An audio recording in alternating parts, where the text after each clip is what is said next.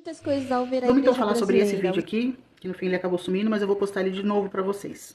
Inclusive, esse assunto eu abordei ele no finalzinho da aula que eu dei, fazendo análise sistêmica sobre o pastor Paulo Júnior. Muitas coisas ao ver a igreja brasileira, os irmãos brasileiros. 너무도 신기한 것은 예배 도중에도 도중에 가고 싶으면 가고 있고 싶으면 있고 자기 마음대로 하는 걸 보면서 깜짝 놀랐습니다. Eu me assustei muito porque durante o culto, se quiserem andar, eles andam, se quiserem ir embora, vão embora no meio do culto.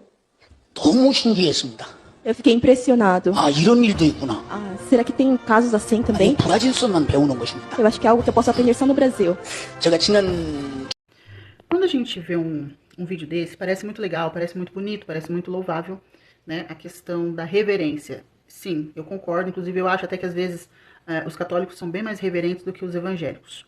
Contudo, porém, todavia, a gente precisa fazer um alinhamento. Esse pastor, ele é um pastor coreano. A cultura asiática, ela é muito mais rígida do que a cultura brasileira, tá? E para eles, essa rigidez faz sentido. Então não adianta você pegar essa forma de ver as coisas e querer aplicar na sua igreja aí, porque senão você pode cair, inclusive, no erro que o pastor Paulo Júnior caiu, de ser muito rígido. Ah, mas a igreja é muito Nutella. Calma lá, cada um tem o seu cada qual. Cada nação, cada lugar, inclusive a forma de pregar o evangelho no Nordeste, às vezes é diferente do Sul, porque as realidades são diferentes, as necessidades são diferentes. Lembrando sempre que eu não sou pastora, nós estamos falando sobre emoções. E geralmente as suas emoções vão afetar diretamente a forma como você prega, a forma como você trata as pessoas, entende? Ah, eu estou defendendo a bagunça, a libertinagem dentro da igreja? Não, não é sobre isso. É sobre nós fazermos alinhamentos sobre realidades e culturas na hora de pregar o evangelho. Então não dá para eu exigir esse tipo de comportamento. Ah, mas lá na Índia, eles fazem o culto de 5 horas. Há 2 semanas atrás eu estive na Índia, em Nagaland, a parte mais pobre do país. 보통 그들의 예배는 5시간쯤 진행됐습니다. Mais ou menos 5 horas eles gastam no culto. Sinceramente, se na tua igreja tem um culto de 5 horas, eu não vou levar um visitante lá. O visitante, ele não tem estômago para entender isso daí. Ah, mas a gente tem liberdade no espírito para ter um culto de 5 horas. É a realidade deles, não é a nossa realidade. Entendeu? Então, não adianta você, pastor, querer pregar o evangelho sem atualizar o canal de comunicação. Se você não atualizar o canal de comunicação, você vai se dar mal. Um grande exemplo disso é o próprio pastor Silas Malafaia, que na década de 70 e de 80, ele metia o pau na televisão. E qual foi o instrumento que ele mais usou para propagar o evangelho? Televisão aberta. Hoje, Silas Malafaia, ele ainda é dessa velha guarda. Ele usa a internet, ele usa as redes sociais, mas você entende que ele abriu um caminho que não existia dentro da Assembleia? O próprio Deus, ele é tão bacana, ele é tão legal, ele é tão coerente com aquilo que ele faz, que ele fala, que inclusive ele permite essas várias modalidades de doutrinas, tá? Por quê? Imagina um cara que é todo tatuado, ou que passou a vida toda surfando na praia, meio sem roupa, numa igreja extremamente tradicional, ele não dá conta de conhecer a Cristo.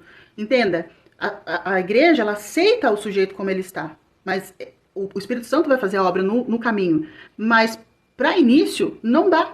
Não dá para eu pegar um cara todo louco, tatuado, ou um cara metaleiro. Para quê? Então, metaleiro vai para Renascer. O skatista, o surfista, vai para Bola de Neve. E assim sucessivamente. E qual é o cuidado que nós temos que ter? Olhar para esse exemplo, né? Que o pastor coreano traz. Poxa, que bonito. Mas talvez não dê para aplicar na tua igreja. Talvez não dê para aplicar no Brasil. E aí o que acontece? Você é tentado, você é impelido enganosamente a se colocar contra a igreja brasileira, contra o comportamento do brasileiro.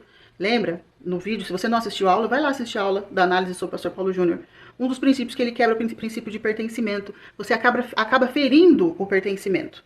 E aí, ferindo o pertencimento, todo ente excluído vai requerer uma compensação. Toda exclusão requer uma compensação. E não é legal. Quer ver uma outra realidade?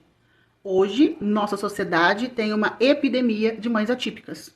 Fala para uma mãe atípica que você vai fazer um culto de 3 horas. Fala. Você acha que tem condição de uma mãe atípica ficar com a criança dela? Se você não sabe o que é mãe atípica, é mãe de crianças com TOD, com autismo e tal. Isso tá crescendo. E aposta. É disso para mais, tá? Ela vai ficar num culto desse? Não vai. Quem tá certo e quem tá errado? Ninguém tá certo e ninguém tá errado. Você, pastor, precisa analisar a realidade da tua igreja local, do teu povo. Por isso que o treinamento é importante, para que você consiga ler as pessoas, para que você consiga ter essa empatia emocional de ler as pessoas, de ler as problemáticas, de prever esses problemas e desviar deles. 이걸 보면서 뭘 느끼느냐? O que eu percebo no meio de tudo isso? 브라질 하나님과 우리 대한민국 하나님이 다른가? Será que Deus dos brasileiros é diferente do Deus dos coreanos? 브라질이 믿는 하나님과 우리가 믿는 하나님이 다른가? 이렇게 느껴지죠. Então eu fico perguntando, será que esse Deus que nós cremos e Deus que os coreanos creem é diferente?